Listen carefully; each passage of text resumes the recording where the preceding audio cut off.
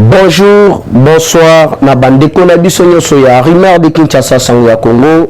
Ba nyoso bazuli bako ya kolanda biso lelo toyeli suna bandako na bino ko pesa bino ba actualité politique ya maezali kolekana na mboka na biso RDC. Lelo tokolobela vraiment ba sujet ebele, tokolobela du moins 3 sujets.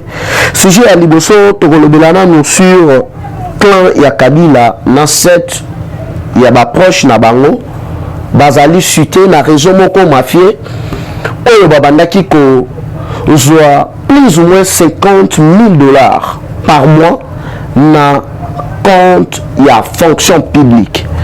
Alors batu bazali kolobela yango bali kobo ya kotanga donc bazali mer moko kobanga kotanga kombo ya Zoé, kombo ya Jeannette Villers passé na bambongo oyo babandaki kozwa na clan wana mais biso oyo vraiment mulangi pembe tokobeta pe tokobimisa nyonso awa IGF pe kobanga eloko moko te et puis yeba que non dans les prochains jours toko sala marche pour na soutenir IGF parce que musala azali ko sala to ali komona que non azali vraiment yemoko toko marcher pour na soutenir papa Gilles Alingeti na musala ali ko sala malamu vie vraiment ko chumete ko banga te yeba que non peuple congolais azali sima nayo. Yami bale tokolobela sur Kimuyidi ya PCA ya OCC na PCA ya ex-INSS oyo koma CNSS oyo bauti pe ko découvrir plusieurs mbongo na ndenge moko ya kosakana te. Félicitations na excellence Peter Kazadi ndenge Nicolas Kazadi Zuzi ndenge désactiver compte nyonso wana et puis les deux personnes balingaki bapakata mbangu na nzela oyo tobengaka Willy Bakonga nzela ya Brazzaville donc balingaki bakima bakende ko batama kuna. Heureusement que non police na biso azali vraiment toujours aux aguets. Na troisième point tokolobela sur la loi électorale oyo lelo bako examiner yango na niveau ya assemblée nationale. Alors na ba couloir pe ba investigation na biso to salaka mutu azali favori parce que boyokaki États-Unis d'Amérique bomoni plusieurs personnalités balobi ba lingi lisusu politisation ya sénité et là la personne qui est vraiment favori ezali la personne qui est favori ezali oyo tobengi na kombo ya Paul Sapu Mukulu. Ye mutu azali vraiment favori parce que Paul Sapu azali nani azali vice-président ya ONG ya Fédération internationale des droits humains. Donc comprendre les pourquoi azali kozala favori l'air bomoni plusieurs ya bakadiliste on va dire la sanction pero maman na dans l'ombre ayebi ba raison na bango tout. En principe azali vice-président de la Fédération internationale il y a droits humains FIDH en sigle depuis le 25 octobre au Baponakie. Donc yemutu azali favori. Donc on bet appel solo ya maye etali ya loi ya Noël Chani. Donc loi yalina batu mususu balingi bagembela naba oyo babandaki kofinga chef de l'État naba oyo bamipesa audace ya kopasola ba photo ya chef de l'État mais à la recherche ya positionnement nali komona batu mususu bakei plus loin ya kokorompre na ba communicateur mususu po batanga kombo na bango ba valoriser bango bosuki totimbe libino. Alors moi bakeno le vrai parlementaire de Boutozali toujours aux aguets to musana kama kambuno kite et puis moi yango bien mutu atindi na Noël Chani na loi wana eza fachite hein Et ça va chiter. Donc, il y a moko la mukika kasa lilwa na ye. Et puis, il y a lilwa moko vraiment, il y a li kitoko makasi. Mais, toi, comment on a battu mosusu, bazali koluka positionnement. Balingi badiembela na sima ya loi wana. Parce que netinga, namoni loi wana yali malamu. Mais pourquoi battu mosusu balingi badiembela na yango? Alors que, ozala ambassadeur na niveau ya Bruxelles, au salarié. D'ailleurs, quand on a biso azalaka wana à l'époque, obebisela ye musala. Okamata, mobali na yo tchaye na réception. 3 mois ya pamba, balongola yo pour na incompétence. Ozala ministre ya fonction publique, au salarié, ko finga ba fonctionnaire. Ko humilier bango, ko détourner bambongo. Awa Fachadini président, ko finga epayi. Si qu'on est tellement tenté par tous les moyens pour se rapprocher na Fachi au monité au lingue djembelana loi ya Noël Chani au quotidien na caro ya kokende ko corrompre quelques ba communicateurs batanga kombo na yo ba valoriser yango yo monsieur Bobo Mbamba soki Mbamba na Justine soki Kasavubu bino bato bandaki ko finga chef de l'état tongo midi pourquoi les gens qui tellement loi Noël Chani toboyi distraction maman au sala na mboka oyo au salarié oza bien mukolo préparer retraite na yo ta na yo ya kokota na politique vraiment ezali lisusu te na bato opiaki mbongo yebaki na mbongo wana bandi ya pamba alors yebaki na conscience na biso ya ba parlementaire okosomba yango te vraiment yeba yango yo na mutu na yo wana bambo soki pasteur mbambo mutu moko akima basote na boma awa akeye na poto elo ya kosala ezali te boaki ntongo midi mpo bakofinga mokonzi ya mboka me lelo bokomi lwana el chani toyebi baje na bino awa kutu madidi mpo akoti makambo yango o mutu aintimide bino te biso nyonso toali bakongole kozala kongole toboyi te me obotama wapi okolela wapi mama na bino azalaka nationalité nini koyela biso tekeno teno mama na biso bakunda ye na RDC bongo so bakunda mare na bino na RDC et donc obligatoirement on connaît congolais donc tolingi distraction te alors sans plus tarder toali kokota na ba sujet na biso ya mokolo ya lelo raison moko mafie oyo yali na tête na yango clan ya Hippolyte Kanambe donc Zoé na Jeannette na 7 ya ba poche na ye Shadari Obeni Nako Manzolo, Yalaguli, Kikaya Bin Karoubi, Zoé Kabila, Jeannette Kabila, Balaki na accès. Il y a mot de passe, il y a compte, il y a fonction publique. Donc, mongo ya l'État.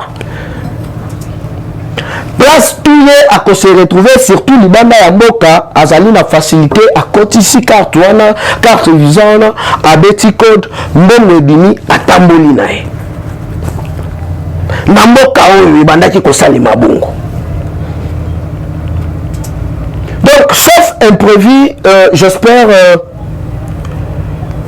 déjà week-end oyo tata mokonzi akokatisa na niveau ya Brazzaville ndande ya démanteler réseau wana mafie ezali UGF yango toali kotinda justice na biso leo moko makambo eza ya kolala trop na bato baliko facha kangaka batu te mutu asalaka musala ezali justice nde mutu asalaka musala mais toali komituna pourquoi justice ozali koumisa makambo parce que batu neti baomemi naku bazowe ba Jeannette ba manjolo soki manjolo oyo bayalaguli bakinkaya bin karubi bazali batu moko ya kokanga alimedia parce que wali na bapreuve nyonso et papa jila yongeti ba intimidé yo te na wali komona batu bazali impliqué na makambo ya détournement kobanga mutu te tanga komona ye po tanga bakombo na bango po tanga kombo ya Zoé kombo ya Jeannette po babandaki ko détourner mbongo wali kobomba wali kotanga batu mususu wali kobangelani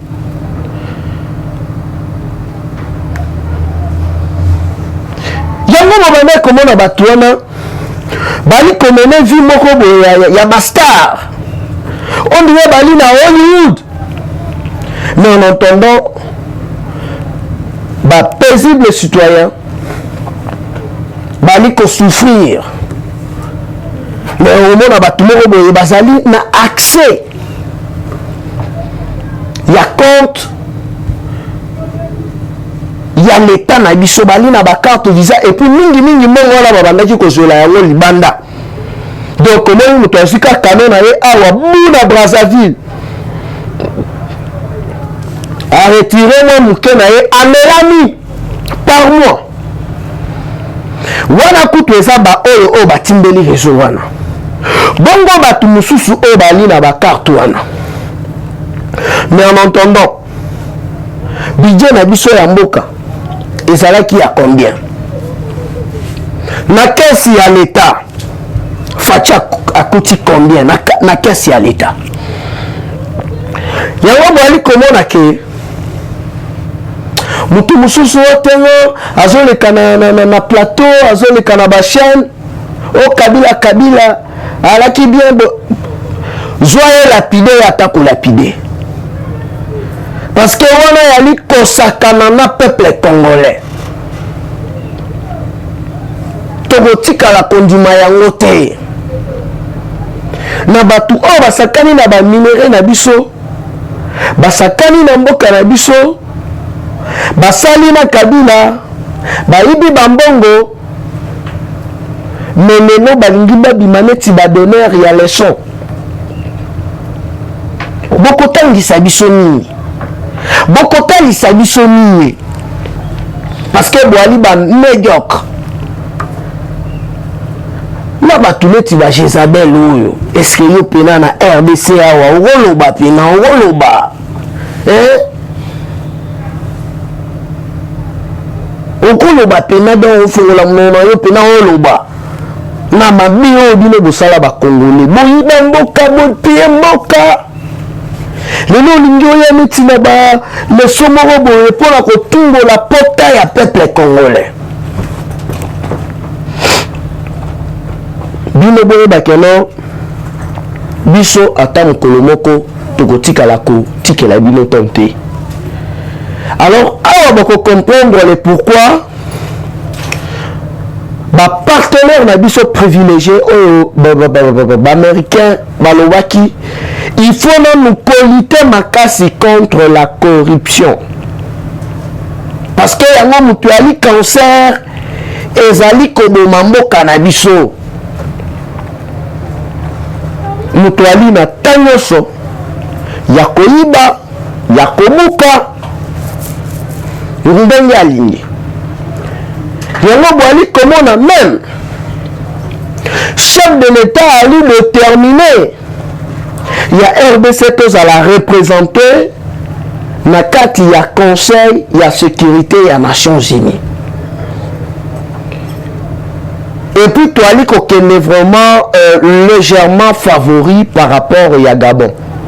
Et na bandi que non semaine oyo sauf imprévu tata mokonza ko se rendre na niveau ya Brazzaville ezaka rapona ko beta masolo ebele ya kati concernant candidature ya RDC na niveau ya Nations Unies concernant plusieurs banquettes et ko menamé na niveau ya Brazzaville na ba expert à la matière na ba plusieurs banques ezali na niveau ya Brazzaville place nini clan ya Hippolyte Kanambe na batu oyo na tangeli donc Blair Nazolo Baklan famille nae Zoé na Jeannette Chadari Obeni na Kumanzolo ya Laguli Pikaya bin Karubi batu oyo babandaki kozwa mbongo na caisse ya l'état balaki na accès na mot de passe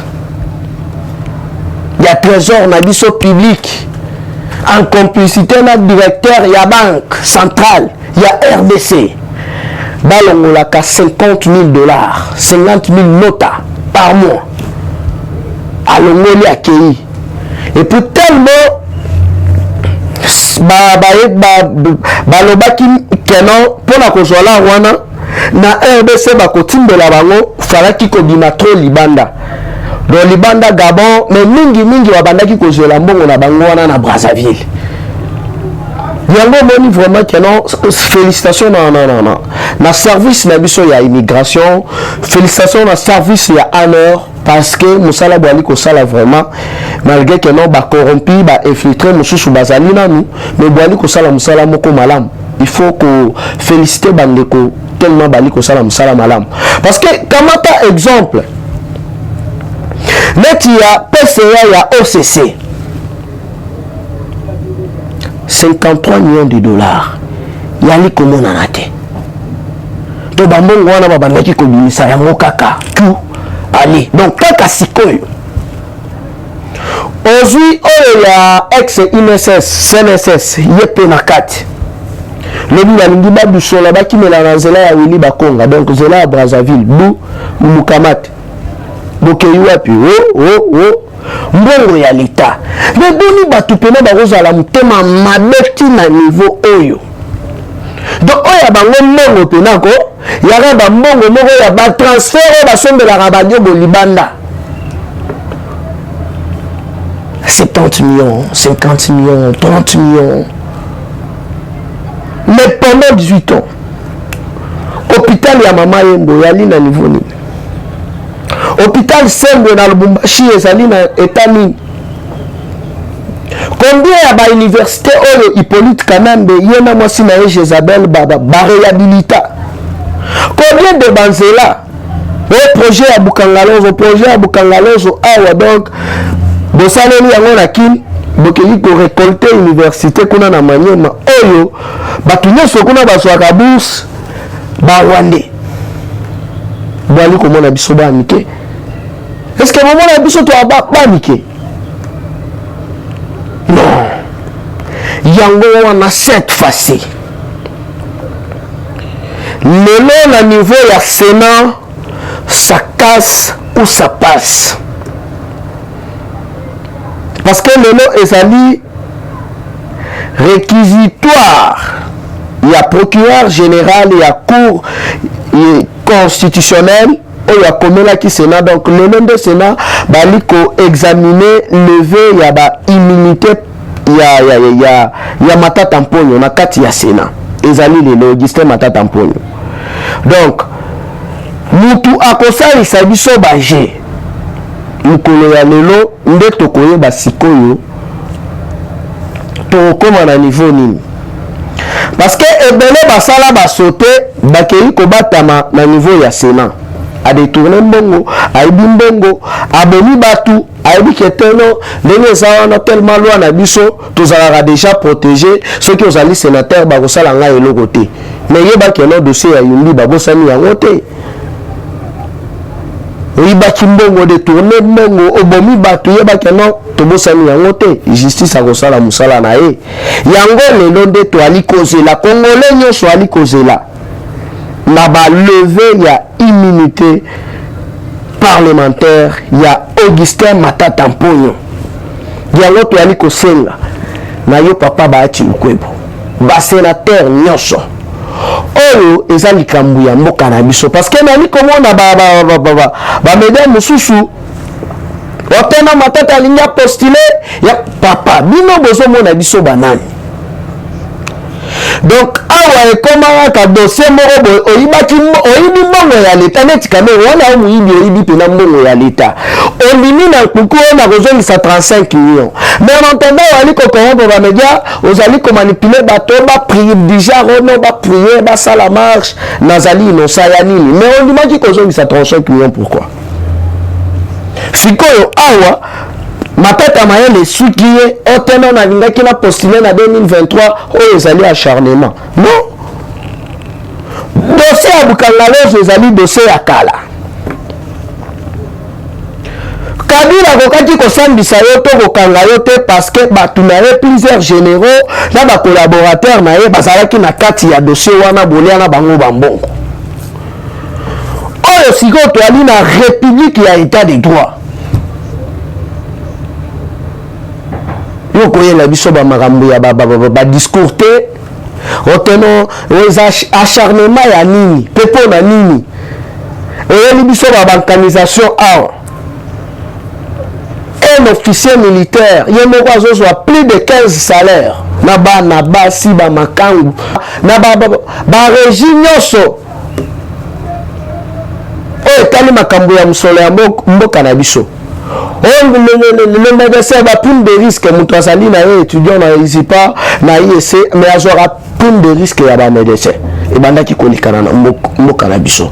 Alors mboka ilinga ke kengeli boso na lolenge nini mais en entendant ba tubali koteka ba minere koteka ba mabele mais lelo même bato wana bali ko bima neti ba donneur ya leçon neti bato moko boye bazali vraiment ouais na éviter soki na mitu na bango bali komona keno biso ba congolais toujours beta bango kara to toyebi makambo oyo bango basala te po baya ba se faire passer na ba donneur ya leçon boali kokosa parce que ya tout oyo tozali na bino donc oyo tobengaka vraiment lisu likolo ya lisu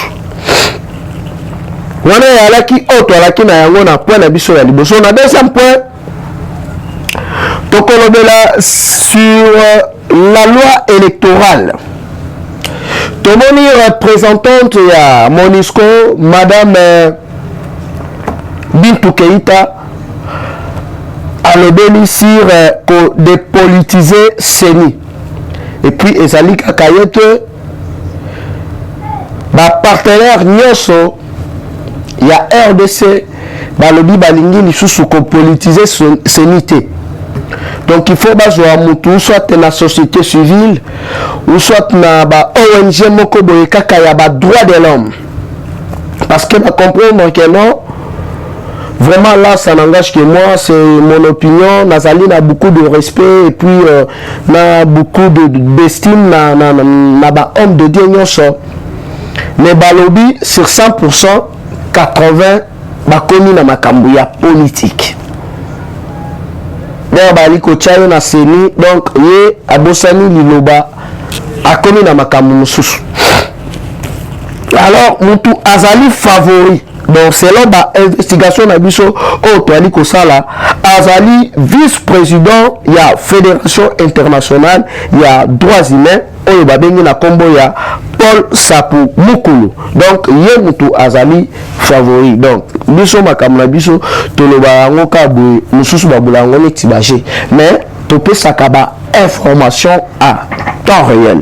Donc mutu ali favori azali Paul Sapou Mukulu.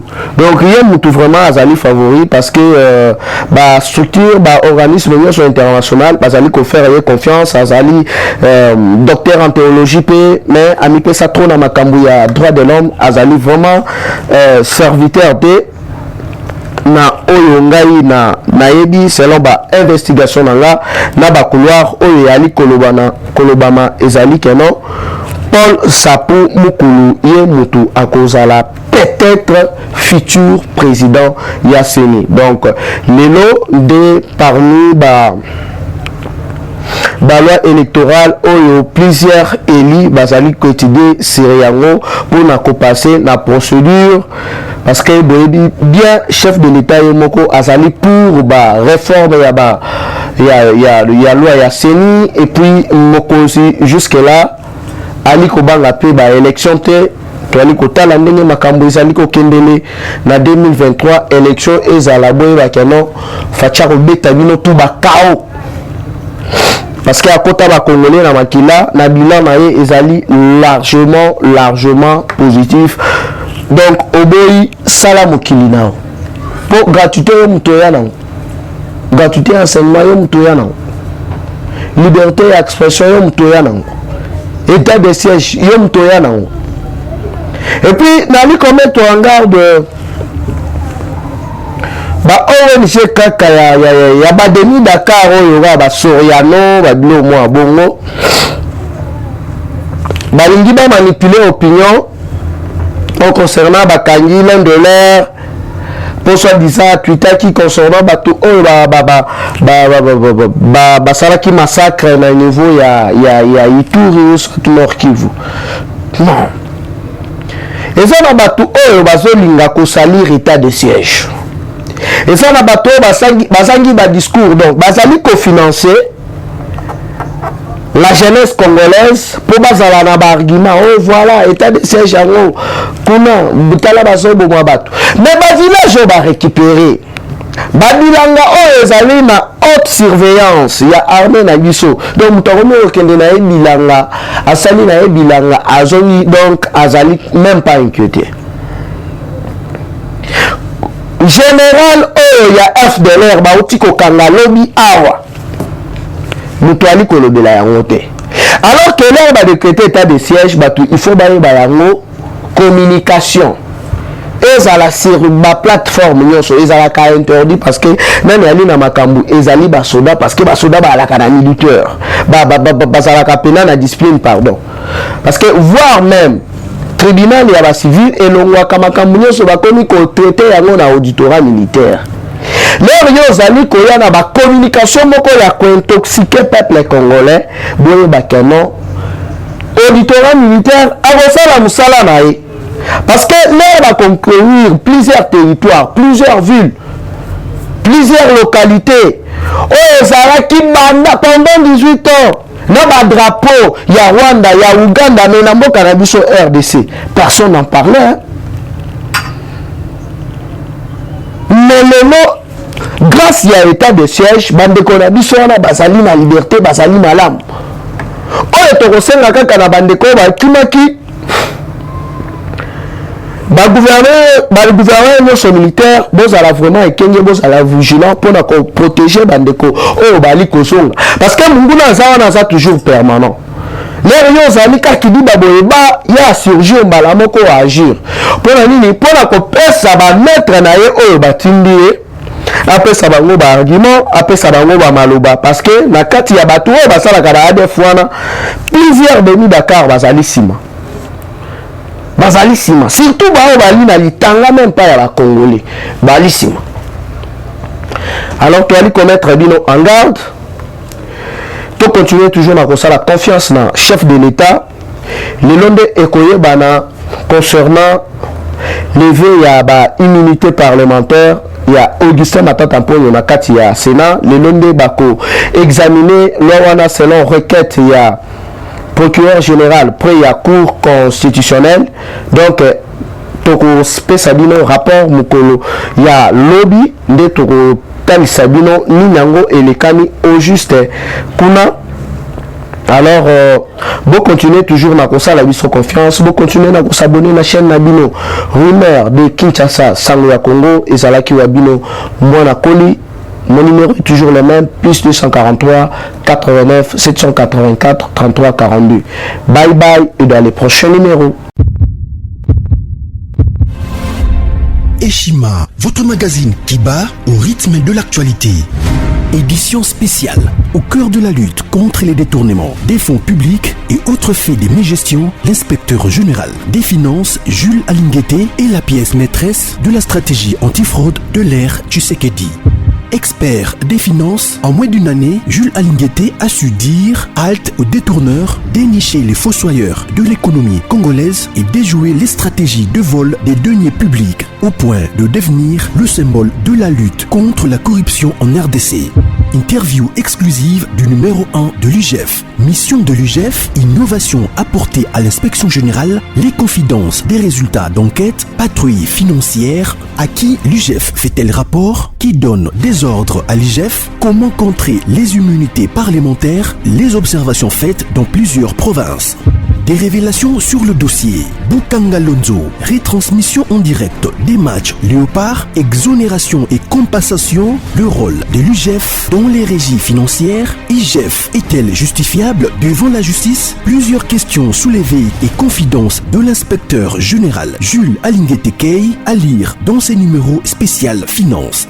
Focus, la direction générale des impôts a réalisé une grande performance en mobilisant 1100 milliards de francs congolais en avril, dépassant largement les 637 milliards de francs congolais leurs assignés grâce à son directeur général Barnabé Mwakadi Mwamba.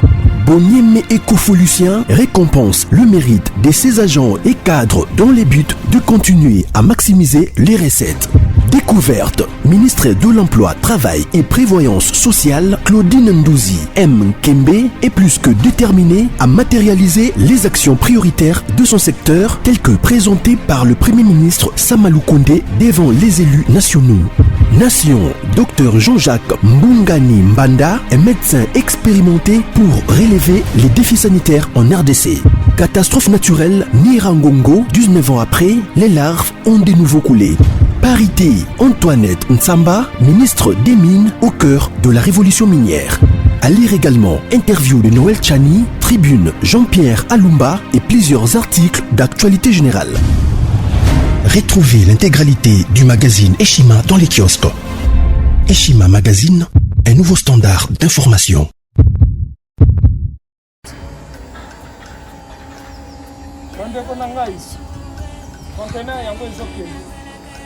Le 26 mai, les conteneurs.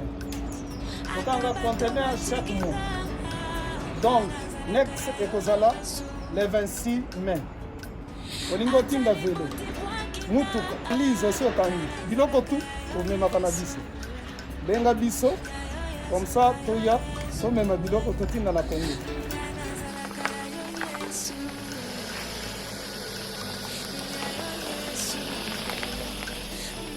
Bandeko kari yango oyo touti kozongo ezokende Kinshasa. Ozana mutuka pesa biso ezoke. Merci. Le 26 mai, mosusu ekwende. Il y a 2021 otozana ngo. Donc tosala ka chaque mois. Oza besoin na carton benga biso. Biso munene yango. Moyenne yango. Boko moyenne. Yango. Na carton na biso ya muke. Dans la 3 dimensions. Onyo solingo tinda benga biso tozozwa ba vélo, tozozwa ba valise, mituka tozozwa. Donc eloko tout tozomema na Kinshasa. Merci beaucoup. Mutuka, vélo, salon, biloko ndako, biloko tout tozomema. Donc, vous hésitez que vous benga biso tozala na pona ko